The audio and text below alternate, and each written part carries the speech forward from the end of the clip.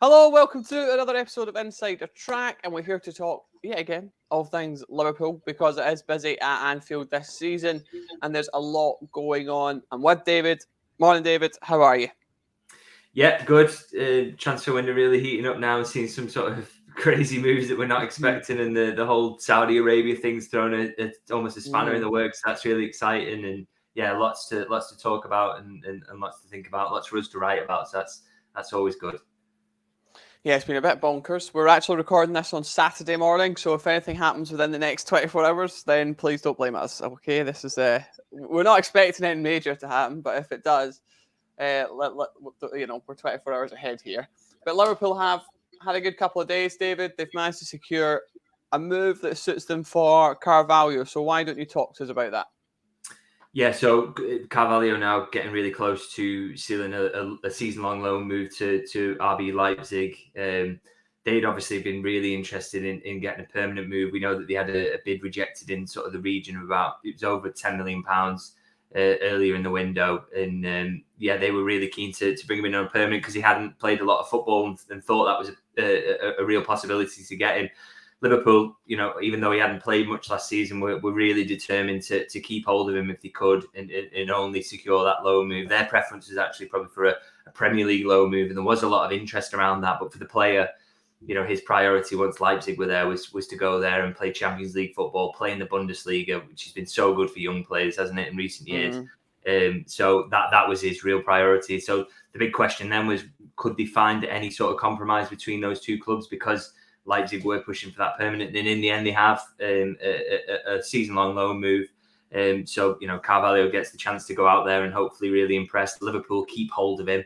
They didn't want to lose him at this stage, and maybe that will work out for both parties. And then 12 months down the line, there will either be a route for first-team football that will open up for him at Anfield, and maybe Jurgen Klopp will include him in his plans if he impresses in Leipzig. And if not, then there's the possibility of, I know a further season-long loan has already been tentatively discussed. That could be an option further down the line, but it's early days yet. Or I'm sure Leipzig, if they really like him, will push again for a permanent move. But I think this is a short-term solution, really does sort of work for the player, works for both clubs, and hopefully a productive spell for him, because it's been a difficult season, but he's still a really hugely talented player. So a chance to impress in the Champions League, the Bundesliga will be really good for him. Well, he's only still young, isn't he? He's contracted till 2027, 20 years old, valued by Liverpool highly, as we've talked about, David, and they did not want to sell him really permanently, did they? Because I think they think there's a player in there. But when he comes back, he will be at the point where he's 20, 21, he wants to play more. It starts to get to that stage, doesn't it? A bit like a Colwell at Chelsea, who's now gone on and had a loan spell, done really well, and wants to know, am I going to be playing? Which is why Brighton keep bidding, by the way. And it might be the same situation for him as well in that regard. Yeah, I think that's it. I think, Liverpool knew, even though they've had this sort of slight change of system towards the back end of last season, and it probably would have suited Carvalho a little bit more. But I think they got so far down the line and the form had been difficult throughout the season that it just wasn't the time to throw him in. And I think there's been a recognition there that, yes, they understand why the player might even have pushed for a permanent move, but they want to keep him around if they can, because they still believe in him. But it is an acknowledgement that, yes, we've got to let him out to do that now. We need to know that he's getting guaranteed minutes somewhere, and Leipzig's the opportunity to do that.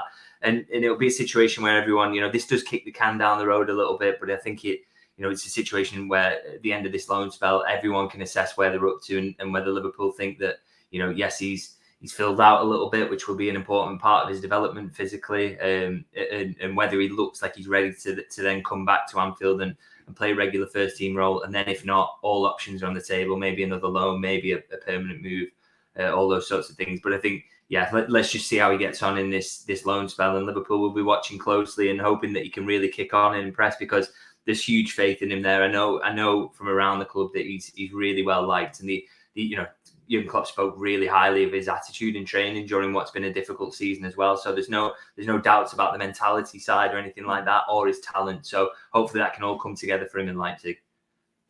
Yeah, you would hope so, because there is a great player in there. You've even seen it at Fulham, flashed of brilliance of it at Fulham and other places, so before he came to Liverpool. So hopefully it all works out for him as well. Liverpool obviously working on a whole new midfield, really, David. We've spoken about this a number of times, but there is a bit more movement, I think, with one of them, and we could potentially talk about another two. And that, let's talk about Thuram first. Obviously, Liverpool have been, we know talk's been ongoing for a while now. He's a player the club would like. He's so athletic. I think when you actually see him play, you realise why Jurgen Klopp would want him. He is like super athletic, isn't he? Bit of skill about him as well. How are talks going then? They seem to be progressing slowly. I think Liverpool fans will be getting frustrated about the pace of it, maybe. Yeah, I think on the player side of things, I think Liverpool are, confident in terms of. I think there's not a doubt that Thuram wants to make the move, and I think there's confidence there that they could convince him to come to Anfield. But I get the sense from the conversations I have and the delays, maybe perhaps coming from the Nice side in terms of just it makes sense for them, doesn't it? They want a bidding war really for one of their prize assets if it can happen, and maybe waiting until the under 21 Euros or a little couple of weeks down the line sort of maybe suits them a little bit to see if there's other interest can get dragged into the mix, and we'll see if that transpires. I think the one thing in Liverpool's favour is we always know that Jurgen Klopp is very good at convincing players to come. He wants to sit down with him or have a talk with him over the phone. They tend to only want to come to Anfield because he's very, very good at selling the project. And we know how charismatic he is. So that's a real sort of, big help for Liverpool. But I think, there's a little bit of a delay going on, which probably, is partially influenced by that tournament ongoing, even though I do think France previously have been quite helpful in terms of facilitating moves for players who are away in the middle of the summer. But I think, from Nice's side as well, it doesn't really make sense to get things wrapped up really quickly or move with any speed on this one, because if they can hang on a little bit, maybe another club misses out on another target and comes into the race, and that all of a sudden the fee starts climbing, and that's the situation that will really suit Nice. Yeah, and it's probably an argument that Newcastle could give. Well, they've just signed a player that's a key player for their team in that tournament. You know what I mean? So maybe there is an argument Liverpool could have got it over the line before now, but you do understand it's like West Ham. They've been waiting for Manchester City to come into the Rice deal and things like that. So there will be other sharks in the war. Yeah, he's a very good player. He's a very good player, and he'll have a lot of people after him. But Liverpool obviously doing well there. We touched on it before, but let's just touch on it again. Kone, again, another player that a lot of people were we expected this to actually happen quite quickly, and then it's kind of paused again, David. We know that the family relationships that are going on there that would make this possible. That's been well documented now as well. But why don't you talk to us about Kone and where we're at with his situation as well? Yeah, I think I just get the sense from conversations I'm having at the moment that Thuram is slightly higher up the list than Kone. It just seems like he's the sort of priority if it's going to be one of the two. The thing that makes it sort of a really difficult situation to read is that Liverpool haven't sort of hidden that this could be 2 or 3 midfielders this summer. Obviously, Alexis Mac Allister, they want one more at the very least. But then if there's room for manoeuvre there, then there's real possibility of a third now. It's difficult to know whether that's going to be Kone or Ryan Gravenberch is another example of a target. We know someone they really like, and it's hard to know what that exact profile is that they're going to look for. How do they see Thuram fitting into the midfield exactly if he is going on to sign?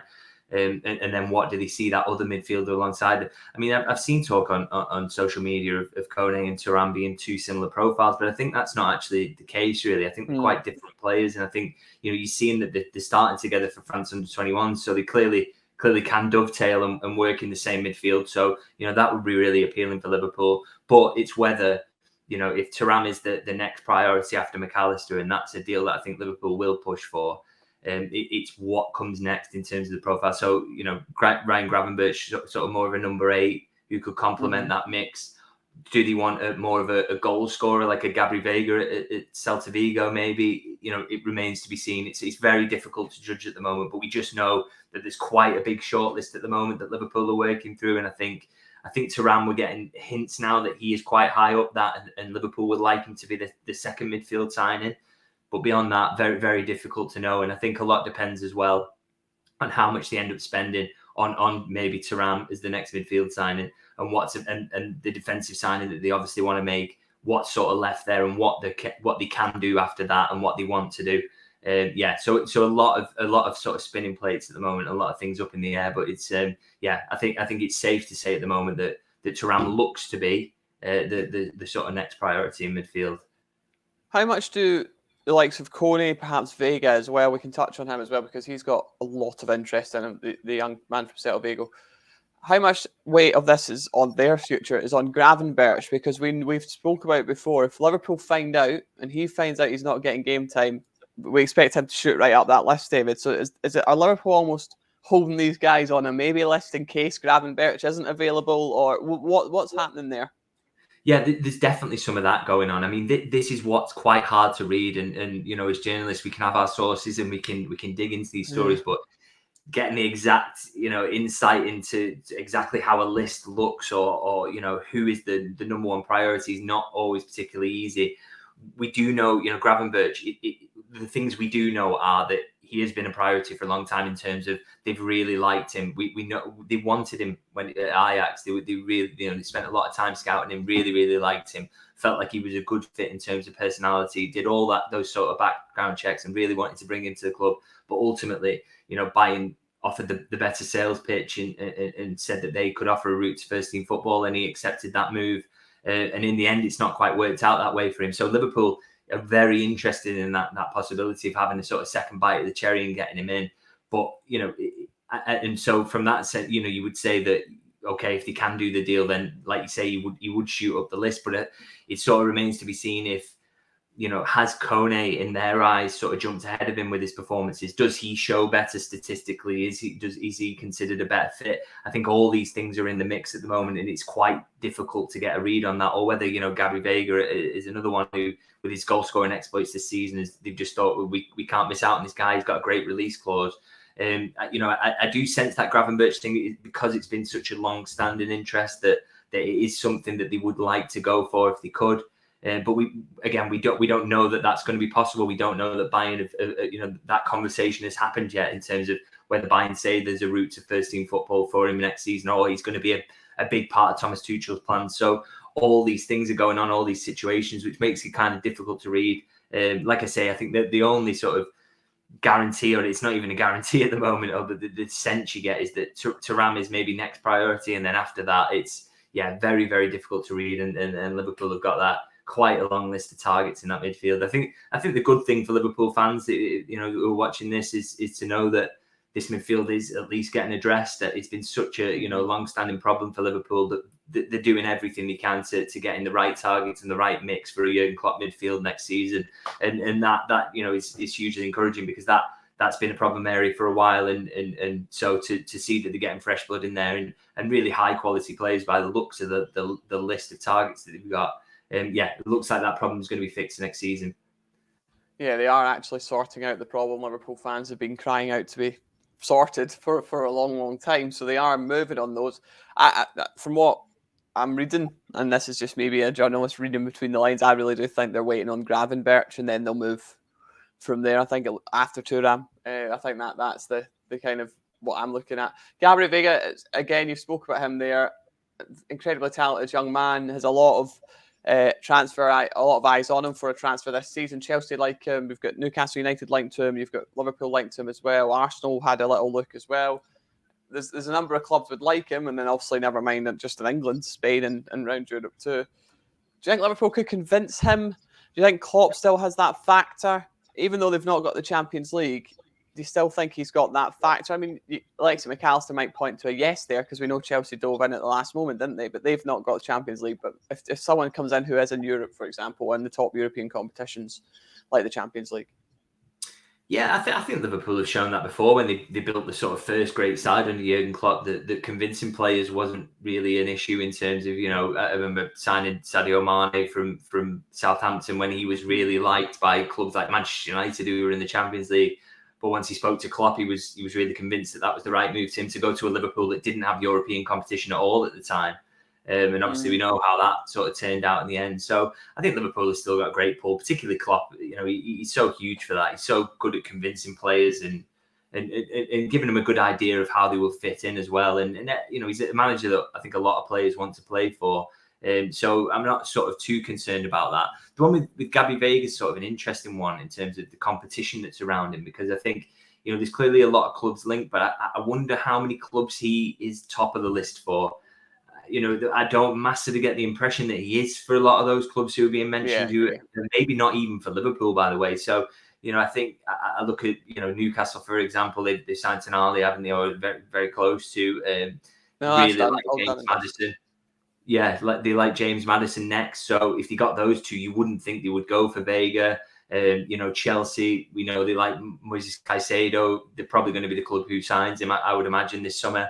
So Declan Rice is Arsenal's priority. So where does Veiga fit in on all these shortlists? I think it's clear that he's maybe sort of lower down or a bit of a backup option for some of these clubs, and maybe that's the case for Liverpool as well.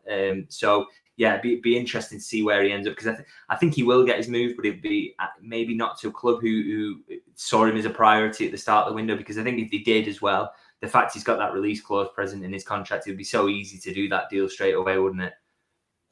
Yeah, I think so. I think he's just a very good, talented young player who everyone wants to try and get their hands on. And I think he's a bit of an unknown prospect from talking to people about it, as they know how good he is. But obviously, when you're talking about coming into the Premier League, etc., you don't really know how good someone is. It's like Lavia for Southampton's been compared to him in the sense that Lavia left Manchester City, and Manchester City have actually been quite surprised by how good Lavia has been. So you don't actually know until they play, really.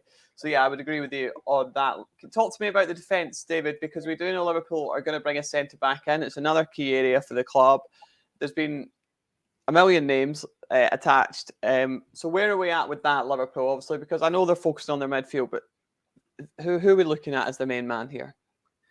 Yeah, I think this week I'm sort of, it's very hard to sort of get any concrete suggestions on that. I know we've thrown out a couple of names in the past in Inacio and Van de Ven. I think the one I am leaning to at the moment, I think, is possibly Van de Ven. I had a conversation this week where someone suggested to me that he's maybe moving up the list and one to definitely keep an eye on. And I just think, again, he just ticks so many boxes for what Liverpool want, in terms of he can play on that left-hand side of the defence. The pace he's got there for the high line. I just think he looks really well suited. And another factor as well is that he's represented by the same agency as the likes of Gravenberch and Thuram. So Liverpool have got good relations with that agency in particular. So I'm sure, so many conversations have already taken place about other players that it's not a huge leap to then say, okay, what does it take for us to get Van de Ven out of Wolfsburg? So I think that sort, for me, just suggests that he's quite high up the list for Liverpool. Possibly the defensive target. I mean, a lot can change between now and the end of the window, but I just think at the moment he looks like the front runner to me. So we'll see how that plays out. And again, I think we've spoken before, haven't we, about that shouldn't be a hugely difficult deal for Liverpool to do, in terms of the player will obviously want to go. I think Wolfsburg will want the money. Jörg Schmadtke has got good relations with Wolfsburg, having been there before. And Van de Ven, would jump at the chance to join Liverpool, no doubt about it. And the agency there will, in terms of facilitating that, the relationships are already there with Liverpool, so that should sort of smooth things. So I think that is one to keep an eye on at the moment. We're not quite sure when Liverpool are going to make that move for defensive reinforcements. Maybe it's one for after the under-21s Euros, or certainly towards the end of it. But that is the name that keeps sort of jumping out to me, and with sources I'm talking to, seems to really be high up the list. So I wouldn't be surprised at all if Van de Ven ends up at Anfield eventually. Yeah, and perhaps this defence isn't as urgent a surgery as the midfield. So that we always knew that would be Liverpool's priority. And as we know, clubs often do work within the same agencies when they are doing business. You'll see 1, 2, 3 players suddenly come in from the same agency, and they've got an opportunity, don't they? Agents have an opportunity to go, do you know what, actually, we've got this guy available for this. And it's where the conversation, maybe quite not as literal as that, but it's where the conversations can happen. So it's certainly one you could see at Liverpool. Moving on, just something quickly to finish on, David, which was out this week, and that was a potential Saudi move for Mohamed Salah. I don't see Salah going anywhere from Liverpool in this window whatsoever, but could you see Salah leaving Liverpool? Maybe even not this summer, next summer? I think it's one that's interesting. I mean, he is sort of the iconic Arab player, isn't he? I think, if the Saudi Arabian League could get him, what a coup that would be, and it really would be sort of the face of the league. But I just think this summer, I just can't see it at all. I don't think there's a desire from his side to leave Liverpool at the moment. I still think he has unfinished business. He's made clear as well. He really does love Liverpool. He always sort of wanted to come back to the Premier League with Liverpool, and and sort of prove his point. And I think he still feels like there's more trophies to be won here. So maybe not yet. And he's got a long time left at the very top of the top of the game at the moment. So maybe not a move you consider now. But I think in the long term, it wouldn't be a hugely surprising move if he ultimately made it, because as I say, like he would be the face of the league, wouldn't he? And such a huge star in that part of the world. So would seem like an ideal fit further down the line. But yeah, got a lot more to give in the Premier League and well, I was going to say the Champions League, but the Europa League next season, and maybe the Champions League the season after that. We'll have to see. But that's just stung Liverpool fans. You're saying that watching this, honestly. Yeah, and they're like that. Oh, David, don't say that, man. No, I'm sorry. Apologies for bringing it up. But yeah, I feel like he's got so much more to give at the top level of the game that's not a move for him just yet. Yeah, I mean, you could tell even by his statement at the end of the season, not good enough. I want to fight. I want to fix this from last year. We don't expect it to leave soon, but it certainly would be a move that makes sense because he's, going back to his home continent, if you like, a part of the world where he is the king at the moment. And I think if he was to go there, it would certainly be a huge thing for the league. A lot going on at Liverpool, though. Thuram, listen, I'll put my neck on the line. I think, this is my opinion, that'll happen. It just sounds like that's all heading in the right direction. To be a Liverpool player, will it be Gravenberch? We'll wait and see what happens in his future, obviously. Carvalho off out the door almost, and then obviously Van de Ven could be a target for centre back too. So there's loads going on at Liverpool. Don't worry, Liverpool fans, I'm sure we'll be back soon enough with another update. Make sure you like and subscribe, and we'll see you in the next one. Cheerio.